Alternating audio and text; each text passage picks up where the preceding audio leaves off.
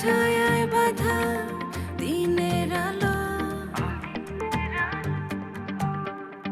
চোখের সামনে খেলা করে সাদা কালো, আধার আর ছায়ায় ঘেরা দিনের আলো, হাসির আড়ালে লুকায় কান্না, ভালোবাসা নাকি প্রতারণা, সাদা কালো গল্প বলে। চাবিটা দিবা না? আরে চাবি পেলে তো দেবো। ঠিক আছে, দিবা না তো? ওকে। ছেলেটার কিন্তু যখন তখন আমাদের বাসায় আসা আমার কাছে একদম ভালো লাগছে না। সে বললো যে না, এই ধরনের কোনো ঘটনাই ঘটে নাই, ঘটবেও না। আমাকে আর আশ্বস্ত করলো যে এই ধরনের কোনো ঘটনা ঘটলে সে ব্যাপারটা দেখবে।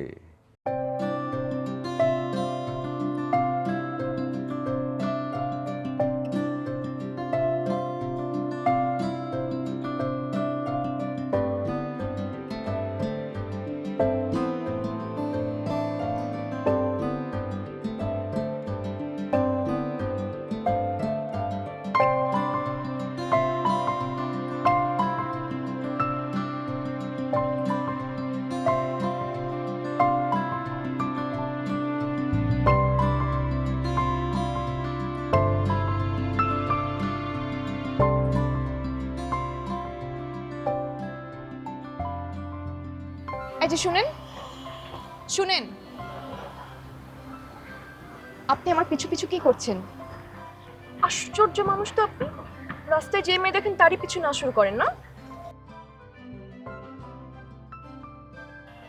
এই এদিকে আসেন, আপনার সমস্যা কি? আসেন, দাঁড়ান এখানে। কখন থেকে আপনি আমার পিছু নিচ্ছেন? এবার আমি আপনার পিছু নিব। আপনার বাসা কোথায় বলেন তো, আমি আপনার বাসায় যাব। আরে আশ্চর্য, আপনি আবার হাসতেছেন বেহায়ার মতো। আমি এতক্ষণ কথা বলতেছি আর আপনি চুপচাপ করে হাসতেছেন। আপনি আমার বাসায় যাবেন? আপনার বাসায় যাব।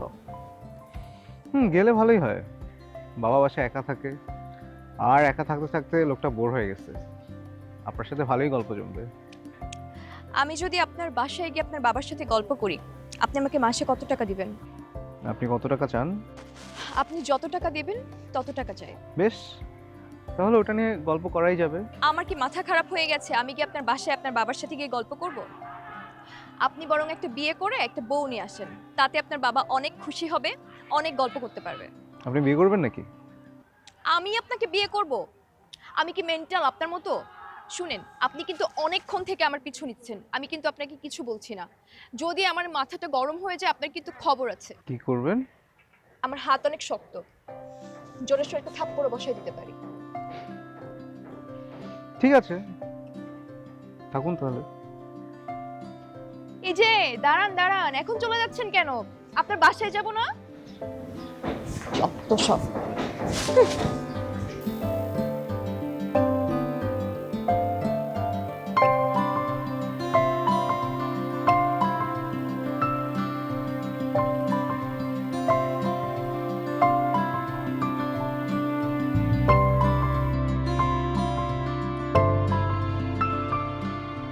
বাবা, এই যে তোমার চা।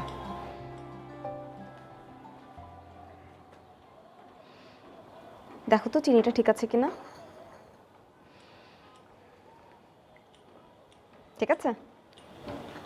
মারে, হ্যাঁ বাবা, তোর সাথে আমার একটু কথা আছে। বলো না। আমি ওদের এগেনস্টে মামলা করব। আমি ওদের এগেনস্টে একটা অ্যাকশনে যেতে চাই।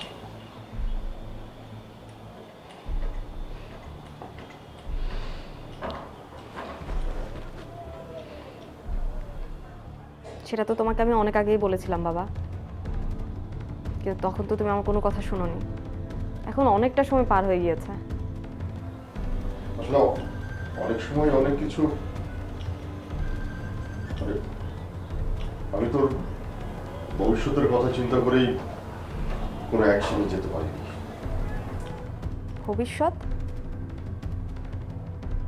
তাহলে কি বাবা অন্যায় মেনে নিলে ভবিষ্যতের ফল ভালো হয়?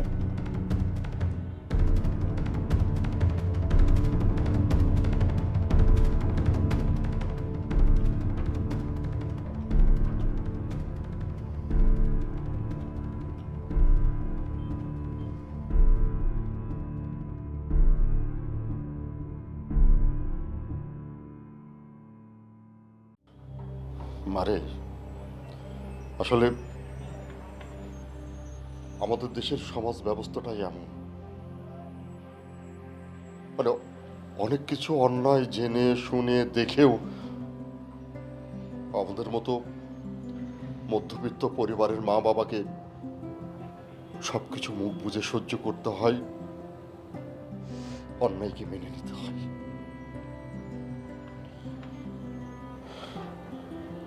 কিন্তু আন্না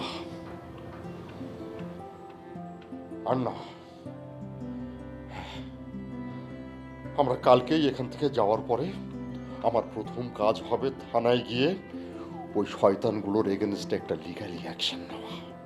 তাদের এগেনস্টে আমি মামলা করব, তাদের সব কটাকে আমি জেলের ভাত খাওয়াবো, সব কটাকে। তুমি সত্যি বলছো বাবা?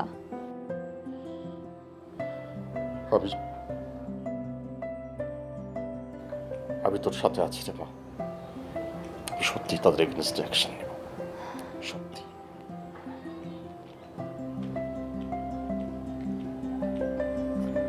তুমি চাটা শেষ করো, আমি ব্যাগটা গুছাই। ঠিক আছে।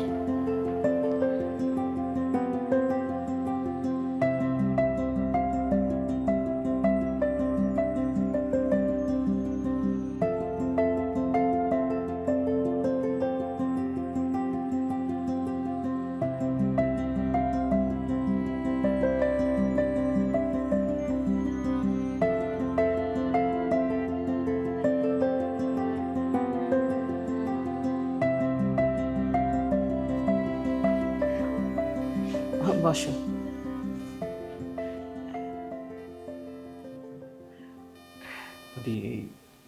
ভাড়াটা ধন্যবাদ। তোমার জন্য আমার কি যে উপকার হয় বাবা, তোমাকে বলে বোঝাতে পারবো না। তুমি না থাকলে আমাদের কি যে হতো। আন্টি এভাবে বলবেন না, আমার কাছে শুনতে খারাপ লাগছে। আচ্ছা, তোমার বাবা কেমন আছে? বাবা ভালো আছে, আর তোমার বিজনেস কেমন চলতেছে? ঠিকঠাক। যাক, আলহামদুলিল্লাহ।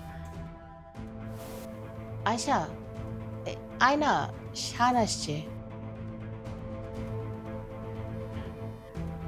কিছু মনে করো না বাবা, আমার মেয়েটা যত বড় হচ্ছে তত একা থাকতে পছন্দ করতেছে, একাকিত্বকে ভালোবাসতেছে, বুঝছো? আচ্ছা, কি খাবা বলো তো? আন্টি আজকে না, অন্য একদিন। এখানেই যাচ্ছিলাম তো ভাবলাম ভাড়াটা দিয়ে যাই। তাহলে আরেকদিন সময় করে এসো। হ্যাঁ জি আন্টি, হ্যাঁ আচ্ছা আসি। ঠিক আছে।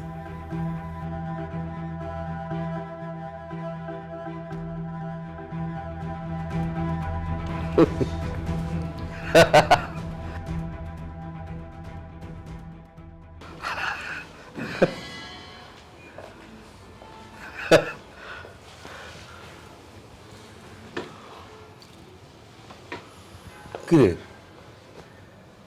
আমরা বের হচ্ছি বন্ধু। বেরোচ্ছিস মানে? কোথায় যাচ্ছিস? কালকে রাতে তোকে বললাম না যে আমরা আগামীকাল সকালে বাড়ি যাব। না, বাড়ি যাবি বলেছিলি, কিন্তু আজকেই যে রওনা হবে এটা তো বলিসনি। একটু তাড়াহুড়ো করে যেতে হচ্ছে, আসলে অনেক কাজ বাকি আছে, এমনি অনেক দেরি হয়ে গেছে, আর দেরি করতে চাচ্ছি না। ঠিক আছে যাবি, আমি তো তোকে বাধা দিইনি, কিন্তু মেয়েটা তো আমার বাসা কতদিন ছিল, আর কটা দিন থাকতো।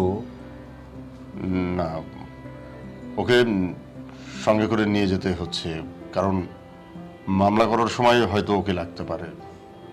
তাছাড়া ওর তো ইউনিভার্সিটির ভর্তির ব্যাপারটাও আছে, সব মিলায়ে একসঙ্গেই যেতে হচ্ছে বন্ধু। ঠিক আছে, মামলার কথা তো আমিই বলেছি, আমি তো বলেছি না মামলা কর, ঠিক আছে। আর ও ভর্তি হবে, ভর্তি হোক, তা কাজ কর। আচ্ছা, ওকে নিয়ে তুই ভর্তি করে দিয়ে আয়, তোর গ্রামের কাজ টাজ কর, তারপর মেয়ে চলে আসলো আমার বাসায় থেকে, সে ইউনিভার্সিটি গেল। আসলে আঙ্কেল, আমি আসলে হোস্টেলে থেকে পড়াশোনাটা শেষ করতে চাচ্ছি। আপনি তো জানেন অলরেডি আমার জীবনে একটা ভয়াবহ দুর্ঘটনা ঘটে গেছে, যেটা চাইলেও আমি সহজে মুছতে পারবো না। কিন্তু জীবনটা তো আমার, আবার গুছিয়ে উঠতে হবে যে। আচ্ছা ঠিক আছে, তুমি তোমার জীবন গোছাবে, সেটা ঠিক আছে। তো তুমি আমার বাসা থেকে ইউনিভার্সিটি যাওয়া আসা করবে, আমার ড্রাইভার ওকে দিয়ে আসবে নিয়ে আসবে, সমস্যা কি? সবই ঠিক আছে বন্ধু, আসলে তোর বাসা থেকে ইউনিভার্সিটিটা অনেক দূরে হয়ে যায়। ও বলছিল যে বাবা আমি হোস্টেলে থেকে লেখাপড়াটা করলেই আমার জন্য কমফোর্ট হবে। আচ্ছা শোন, ইউনিভার্সিটি এখান থেকে দূর, ঠিক আছে, আমার ড্রাইভার আছে, গাড়ি আছে, কতক্ষণ লাগে আসতে যেতে? থাক না, ও যখন হোস্টেলে থাকতে চাচ্ছে থাক। আসবে তো মাঝে মাঝে, তোর বাসায় আসবে, এসে তোর সঙ্গে দেখা করে যাবে। আর হোস্টেল থেকে এসে আমি আপনার সাথে দেখা করে যাব। মারে, এতদিন ছিলে আমার বাসায়, তুমি যদি চলে যাও আমার কেমন যেন বুকটা, এই কথা মনে হতেই বুকটা আমার হাহাকার করে উঠছে। আর তাছাড়া শান্ত তোমাকে মিস করবে। আমি আপনাদেরকে অনেক মিস করবো আঙ্কেল। গ্রাম থেকে আসার পর মনে হয়েছে এখানে আমি একটা নতুন ফ্যামিলি পেয়েছি। আপনাদের এই ঋণ আমি কখনো শোধ করতে পারবো না। আমার জন্য দোয়া করবেন আঙ্কেল। মারে, অবশ্যই দোয়া করবি, অবশ্যই দোয়া করবি। তুই ভালো থাকিস, খুব ভালো থাকিস মা। আপনি নিজের শরীরের যত্ন নেবেন। আপনি তো আমার বাবার মতোই, ঠিকমতো খাওয়া দাওয়া করবেন, ওষুধটা ঠিকঠাক মতো খাবেন। আচ্ছা করবো। তোমার এই কথা শুনে আমার আমার মায়ের কথা মনে পড়ে গেল। আমার মা ছাড়া কেউ এই কথা বলেনি কখনো, জানিস? আমাদের দেরি হয়ে যাচ্ছে, তাহলে আমরা আসি বন্ধু, ভালো থাকিস।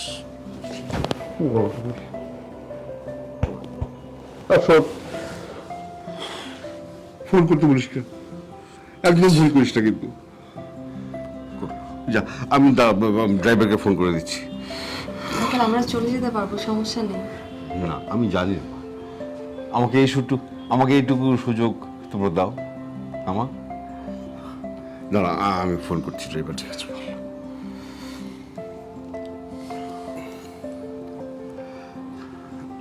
হ্যালো মাহমুদ, তুমি গাড়িটা বের করো। হ্যাঁ হ্যাঁ, আমার বন্ধুকে দিয়ে আসতে হবে। ঠিক আছে, ওকে ওকে, ঠিক আছে। আসি রে বন্ধু, ভালো থাকিস। ভালো, আমার জন্য দোয়া করবেন। অবশ্যই আমিও যাচ্ছি। চল চল। যাও যাও যাও যাও।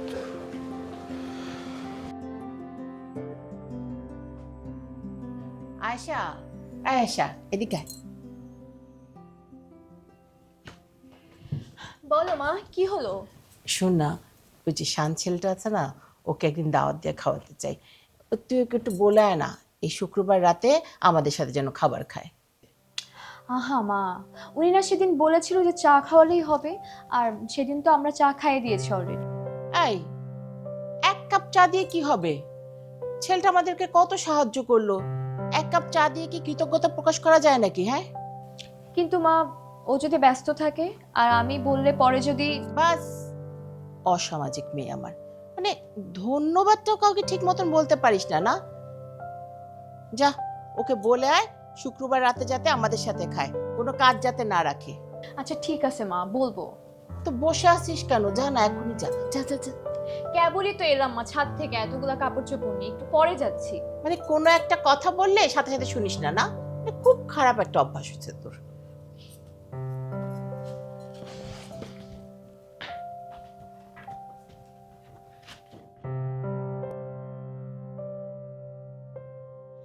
আপনি এখন এখানে দাঁড়িয়ে আছেন?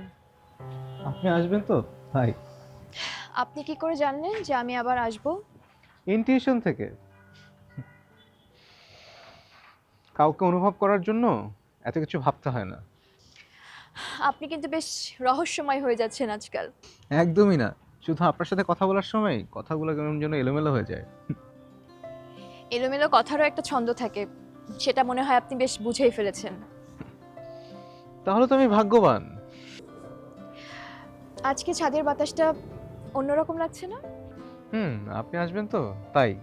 আর আজকে তো আপনি বালতি ছাড়া আসছেন। আপনি কিন্তু বেশ অবজার্ভ করেন। বাট সবাইকে না, যাদেরকে পছন্দ করি তাদেরকে। আহা, আমি তো একটা কথা বলতে এসেছিলাম। কি কথা? কথাটা এত সহজ না, কঠিন। তাহলে কঠিনটাই শুনি। মা আপনাকে যেতে বলেছে শুক্রবার রাতে আমাদের সাথে খেতে। সেদিন কিন্তু আপনি অন্য কোনো কাজ রাখবেন না। ওয়েল, তাহলে শুক্রবারটা আপনার জন্যই বুকড। হয়তো যদি আপনি সময় করতে পারেন। সময় তো আমি করলামই, আপনার জন্য বুকড, অলরেডি বুকড।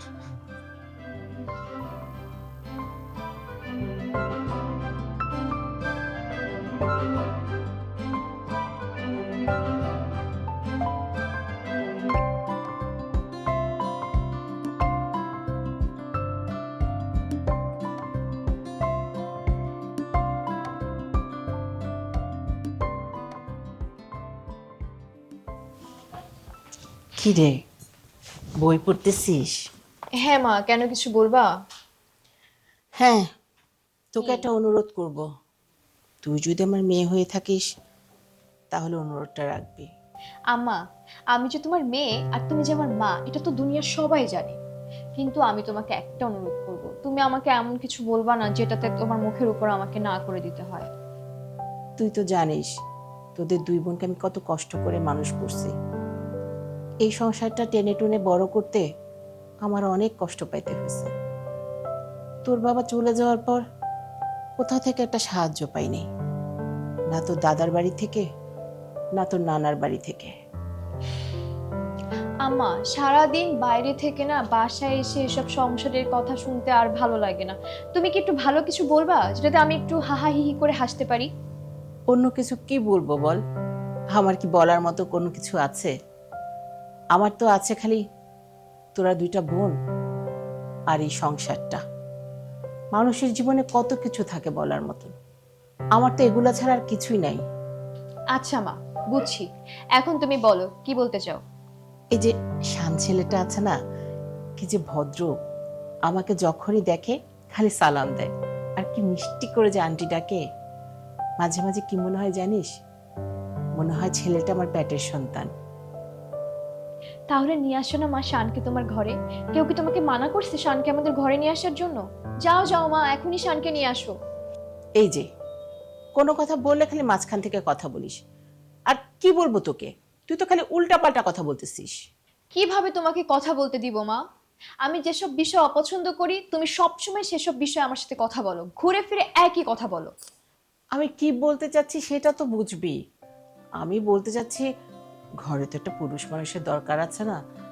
আমি একা মেয়ে মানুষ হয়ে আর কত সামলাবো? তোরা দুটা বোন আর আমি, আমার তো কোনো ছেলে সন্তানও নাই। শানকে যদি আমি আমার মেয়ের জামাই করে আনি তাহলে জিনিসটা ভালো হয় না?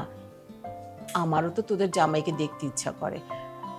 শুন না মা, শানের সাথে যদি তোর বিয়ে দিই তাহলে কি তোর কোনো আপত্তি আছে?